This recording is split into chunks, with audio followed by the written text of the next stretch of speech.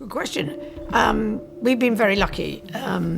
My mother was the Queen for a very long time.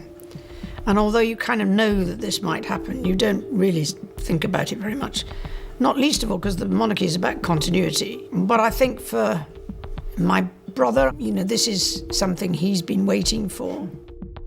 El príncipe Felipe lo dejó todo, incluido su propio nombre, solo para ser apartado tras los muros del palacio. La princesa Ana finalmente reveló por qué su padre tuvo que alejarse del lado de la reina después de toda una vida de sacrificios. Quédate con nosotros mientras descubrimos el momento silencioso y desgarrador que cambió a la familia real para siempre. Una infancia hecha para sobrevivir. Antes de ser consorte real, antes de ser el apoyo de una reina, el príncipe Felipe vivió una vida que pocos podrían haber soportado. Nació sobre una mesa de cocina en Corfú, bajo el calor del verano de 1921, en un mundo que ya se derrumbaba bajo sus pies.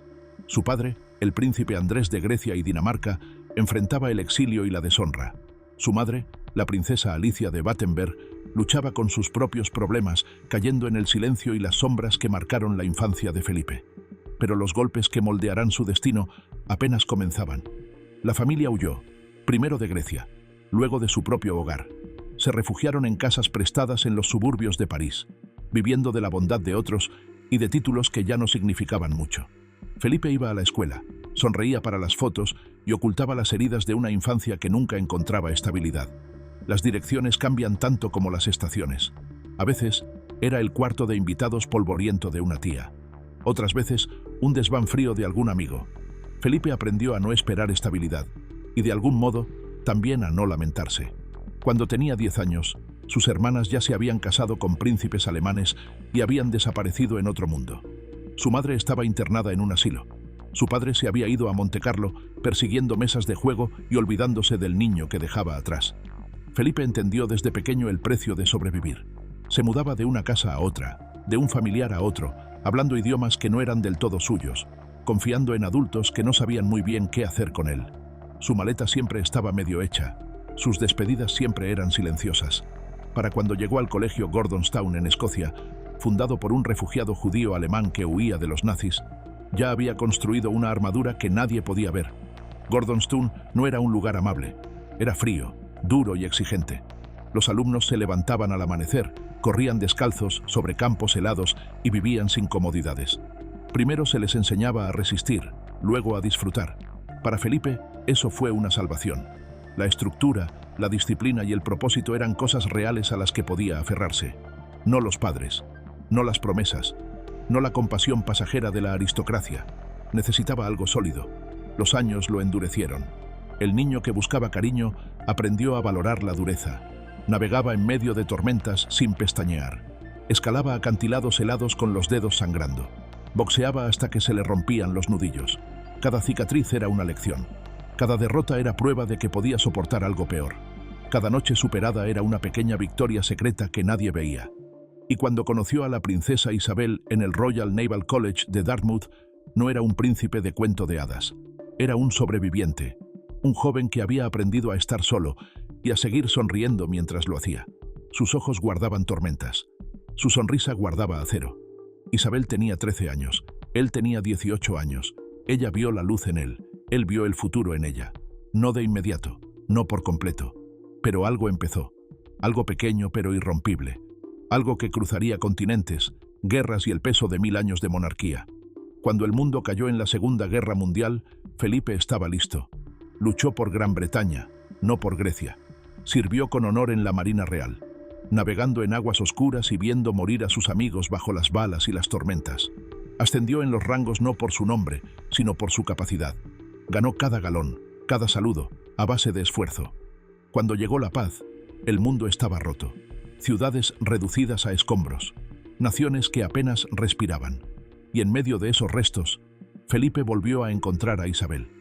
Su vínculo no nació en bailes de corte ni en poemas susurrados. Nació en cartas escritas a toda prisa entre batallas, en breves encuentros robados donde cada palabra valía más por ser tan escasa, en miradas que cargaban con años de sentimientos. Cuando le propuso matrimonio, la futura reina de Inglaterra ya había elegido, y el joven sin hogar, sin país propio, sin tierra firme bajo sus pies, estaba a punto de casarse con el corazón mismo de Gran Bretaña. Pero el matrimonio no borró el pasado. No destruyó los muros que Felipe había levantado dentro de sí. El niño que aprendió a vivir lejos de su familia pronto descubriría lo solitario que podía ser estar al lado de un trono. Las primeras grietas no surgieron en su amor ni en su unión, sino en el mundo en que debían vivir. Un mundo de reglas estrictas, vigilancia constante y una línea invisible que decía: estás aquí para apoyar, no para liderar. Felipe siempre había sido el líder natural en cualquier lugar. Ahora debía caminar 2 pasos detrás.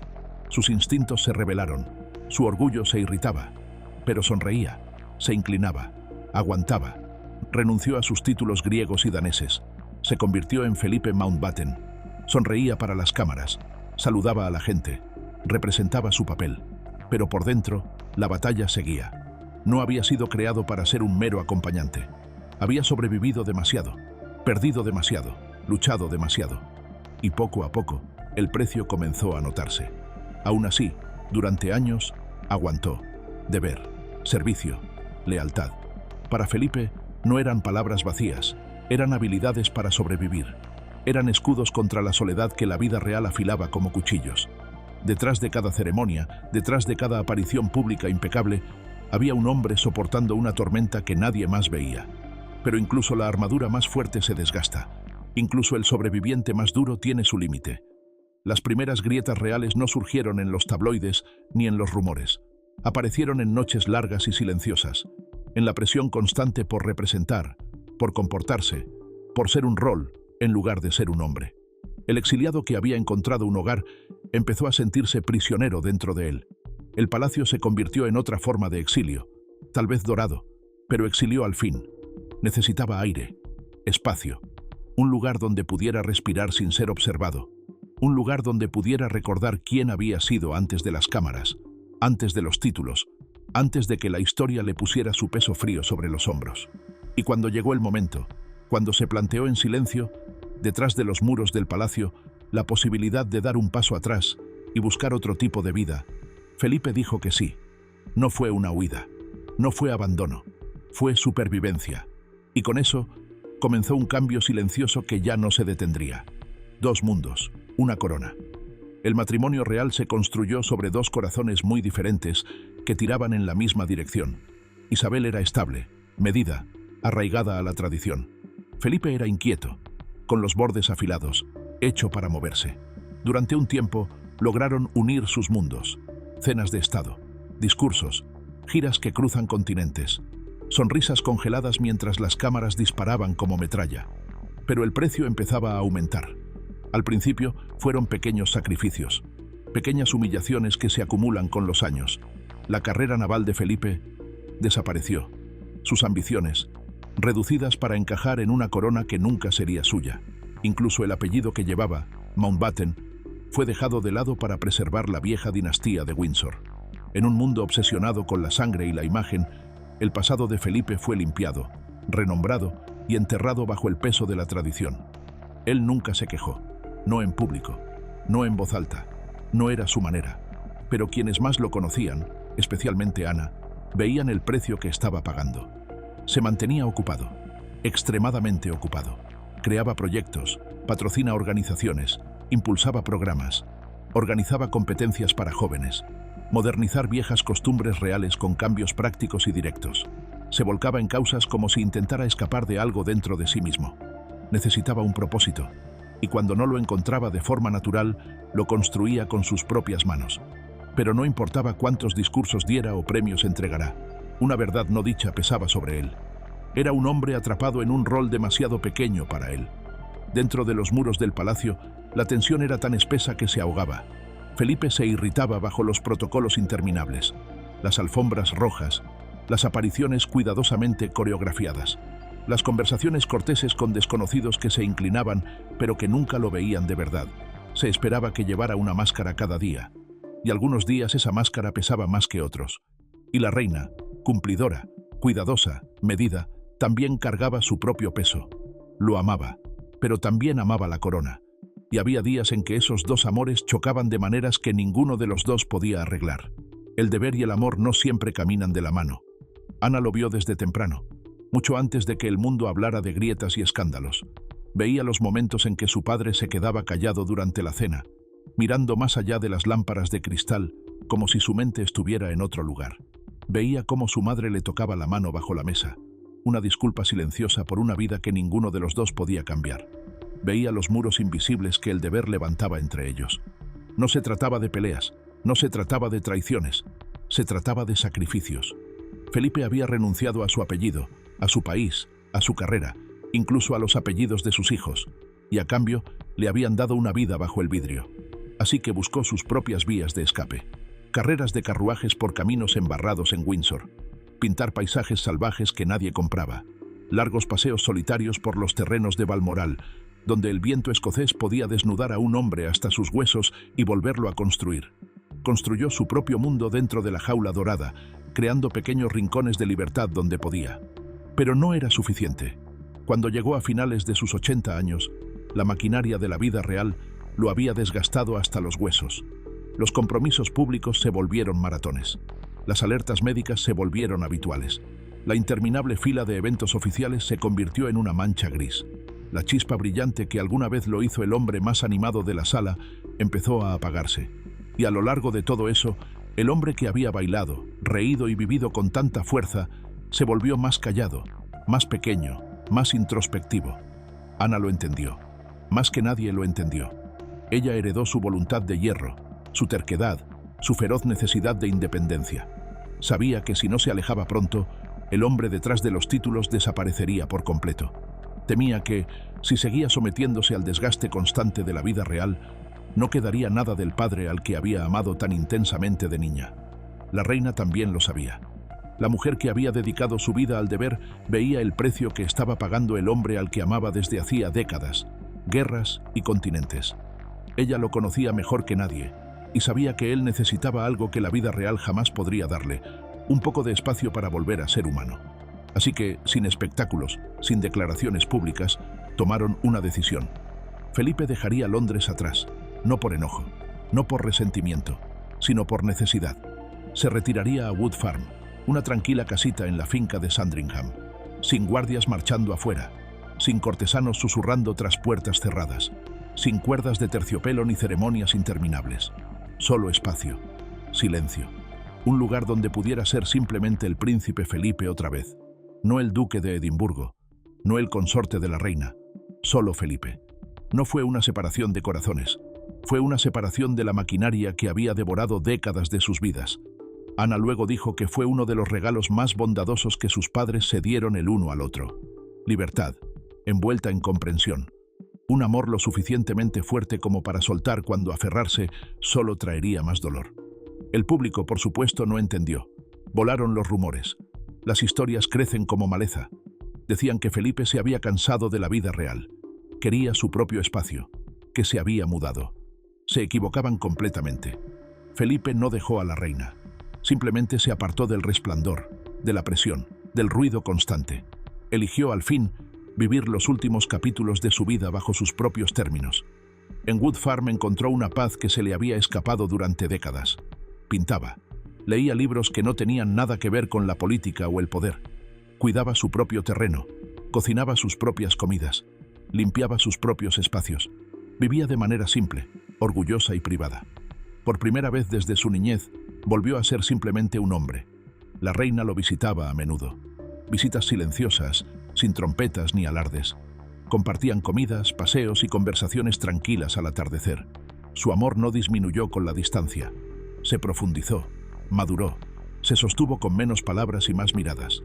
Siempre se habían entendido como nadie más podía. Ana lo resumió mejor. No se estaban separando, solo se estaban dando espacio para respirar. Y al hacerlo, preservaron lo único que importaba más que el protocolo, más que las apariencias, más que el deber. Preservaron el lazo silencioso que los acompañaría hasta el final de su historia juntos. Una revolución silenciosa en Wood Farm. Los titulares no estallaron cuando el príncipe Felipe se instaló en Wood Farm. No hubo noticias de última hora ni comunicados públicos. Solo un retiro silencioso hacia el fondo, como un rey que regresa a los bosques donde nació. Pero detrás de esa salida tranquila había algo radical. Era un hombre que había estado al lado de un monarca durante casi 70 años. Un hombre cuya vida había sido trazada por protocolos, deberes y cadenas invisibles de expectativas. Alejarse, aunque fuera de manera educada, no era algo pequeño. Fue un terremoto bajo los pisos pulidos del palacio. Wood Farm no era lujoso. No estaba construido para impresionar. Estaba hecho para vivir. Habitaciones pequeñas, paredes gruesas, una chimenea torcida que humeaba en los días de lluvia, alfombras viejas gastadas por el uso real. Allí, Felipe pudo quitarse la armadura que había llevado durante casi toda su vida. Sin uniformes, sin saludos, sin cortesanos inclinándose. Cocinaba sus propias comidas, arreglaba muebles rotos y cuidaba los jardines. A veces pintaba paisajes que solo él veía. A veces pasaba horas perdido en libros, persiguiendo historias e ideas lejos de las obligaciones reales. No se trataba de esconderse, se trataba de vivir. Las visitas eran raras y elegidas con cuidado. Viejos amigos, familia de confianza, sin prensa, sin horarios, sin sonrisas forzadas. Tomaban té, contaban historias antiguas y reían sin miedo a ser citados en los periódicos. Felipe construyó un pequeño mundo donde cada día le pertenecía a él, no a la corona. Para un hombre que había vivido en la pecera de la monarquía, era un tipo de libertad que se sentía casi como un acto de rebeldía. Y por primera vez en décadas, no tenía que disculparse por ello. La princesa Ana lo visitaba a menudo. Luego describió ese retiro no como una retirada triste, sino como un regreso a casa. Su padre nunca había sido hecho para vivir envuelto en terciopelo y protegido por bayonetas. Estaba hecho para los vientos duros, los campos fríos, para una vida donde las manos se ensucian y las botas tocan la tierra de verdad. En Wood Farm, dijo ella, era más el mismo que en ningún otro lugar, sin deberes, sin ropas rígidas, solo el hombre que siempre había estado debajo de los títulos y las medallas.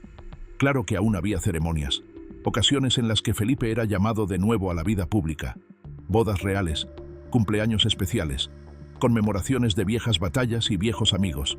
Nunca decía que no. Se mantenía erguido, sonreía para las cámaras, desempeñaba su papel como el profesional que siempre fue. Pero se notaba, su energía era más suave ahora. La rigidez había desaparecido. Cuando terminaban los discursos y las multitudes se dispersaron, no regresaba a un gran palacio, sino a su pequeña granja, su rincón de libertad robada. La reina lo entendía. Nunca le guardó rencor. Ella había construido su vida en torno al deber. Él había construido la suya en torno a sobrevivir. Sus caminos corrían paralelos, no iguales. Y ese era el secreto de su resistencia. Se dieron espacio sin romper jamás el lazo entre ellos. Cuando la pandemia azotó el mundo, trajo un nuevo tipo de reencuentro. Los confinamientos cerraron fronteras, suspendieron ceremonias y detuvieron la rueda interminable de eventos reales. La reina Isabel y el príncipe Felipe se encontraron juntos de nuevo en el castillo de Windsor, viviendo no como soberana y consorte, sino como marido y mujer, en una casa enmudecida por el miedo del mundo. Ana dijo que esos meses fueron un regalo que nadie había esperado. Desayunaban juntos sin ropa formal. Se sentaban junto al fuego leyendo libros en un silencio cómodo. Caminaban por los jardines como dos viejos amigos que habían conocido todas las versiones del otro y las habían amado todas. Hablaban poco, pero lo decían todo. Se habían ido los horarios, los ayudantes reales, las filas interminables de personas pidiendo atención. Eran solo ellos. Y en ese tramo final, encontraron algo que muchas veces había estado fuera de su alcance: el tiempo. Tiempo para sentarse, tiempo para hablar, tiempo simplemente para existir juntos, sin cámaras ni obligaciones que los separaran. Fue una segunda juventud, no dada por la fortuna, sino por la extraña pausa que el mundo se vio obligado a hacer. Amigos que los visitaron durante esos meses dijeron que había una paz inconfundible entre ellos, un entendimiento compartido que no necesitaba ser dicho en voz alta. Una vida vivida lado a lado durante más de 70 años había construido un puente más fuerte que cualquier rumor, cualquier distancia o cualquier sacrificio. No necesitaban explicarse, no necesitaba disculparme por los años separados ni por las decisiones tomadas. Simplemente eran. Cuando la salud de Felipe comenzó a deteriorarse, la reina se mantuvo cerca. No se apartaba de su lado a menos que fuera absolutamente necesario. La mujer que había llevado el peso de un imperio ahora se aseguraba de que su esposo no cargara solo el peso de sus últimos días. Ana dijo que su padre enfrentó el final de la misma manera en que enfrentó la vida. En silencio, con terquedad, sin hacer alboroto. No pidió trato especial, no quiso grandes gestos, quiso ser él mismo hasta su último aliento. Y la reina siempre respetando sus deseos, se aseguró de que así fuera. En Wood Farm, la vida que Felipe había construido se convirtió en un pequeño pero poderoso símbolo de todo lo que representaba: independencia, resistencia y dignidad frente a una presión enorme. Incluso cuando se debilitaba, el espíritu dentro de él seguía siendo el mismo. Cuando el mundo finalmente escuchó la noticia de que el príncipe Felipe había muerto a los 99 años, lloró al hombre que caminó un paso detrás del trono, la columna de hierro detrás de la corona. Pero en estos últimos años, lejos de los reflectores y las ceremonias, él ya había escrito su propio final, no como príncipe, no como duque, ni siquiera como consorte real, sino simplemente como un hombre que amó, luchó, resistió y finalmente vivió. Ana dijo después que, si su padre hubiera podido escribir su propio capítulo final, habría sido exactamente así: sin coronas, sin aplausos, solo una casa tranquila, un perro leal, un jardín lleno de flores de primavera, un libro a medio leer en la mesa y, no muy lejos, la mujer a quien había amado más tiempo del que la mayoría de las personas vive. Ahora que el viaje de Felipe había terminado, la reina seguiría adelante con su memoria a su lado, la fuerza silenciosa que llevaban dentro. Cuando se celebró el funeral del príncipe Felipe en el castillo de Windsor, fue la ceremonia sencilla que él había deseado en silencio. No hubo grandes procesiones, no hubo funeral de estado lleno de fanfarrias y títulos interminables. Solo familia, solo silencio, solo un hombre recordado por quien fue, no por los papeles que desempeñó. Había pedido que su ataúd no fuera llevado por guardias reales cubiertos de medallas brillantes, sino por los Royal Marines, los hombres con los que había servido, hombres que sabían lo que era ganarse su lugar con sudor y sacrificio. Su último viaje se realizó sin el peso de la pompa real, casi desafiante en su sencillez. Incluso en la muerte, eligió un camino que se sentía más suyo y menos como las expectativas doradas que otros quisieron imponer. Dentro de la capilla, la reina se sentó sola, su figura pequeña y solemne bajo los altos techos. Fue una imagen que quedó grabada en todos los que la vieron. Una monarca que lloraba no como soberana, sino como esposa. Décadas de vida compartida, de pérdidas, de risas, de deber y de sacrificio, se comprimieron en ese único y silencioso momento. No era solo la pérdida de un consorte, era la pérdida de la única persona que había entendido cada carga silenciosa que ella había llevado durante casi 75 años. El funeral no fue una despedida llena de discursos emotivos o declaraciones públicas. Nunca fue su estilo. Su vínculo era más profundo, más callado, construido a lo largo de toda una vida soportando tormentas lado a lado. No necesitaban grandes palabras. El silencio bastaba.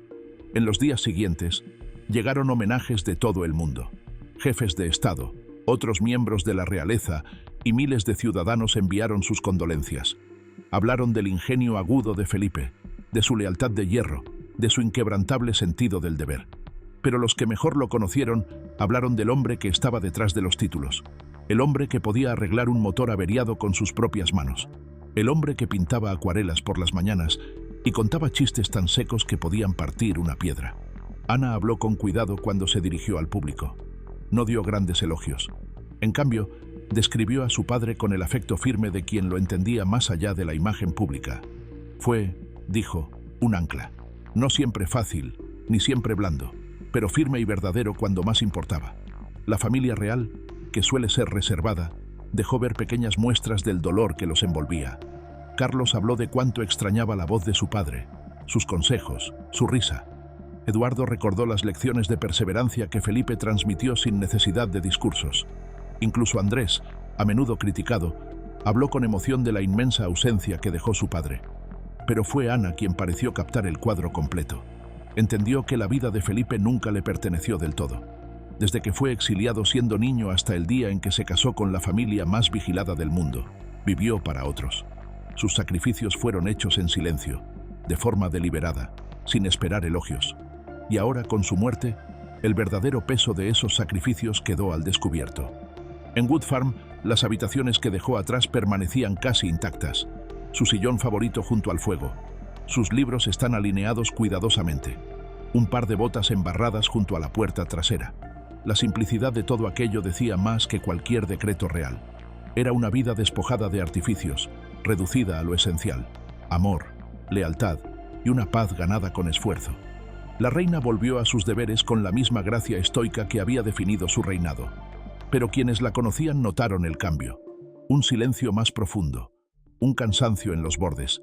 Había perdido no solo a un compañero de ceremonias, sino a un compañero de vida.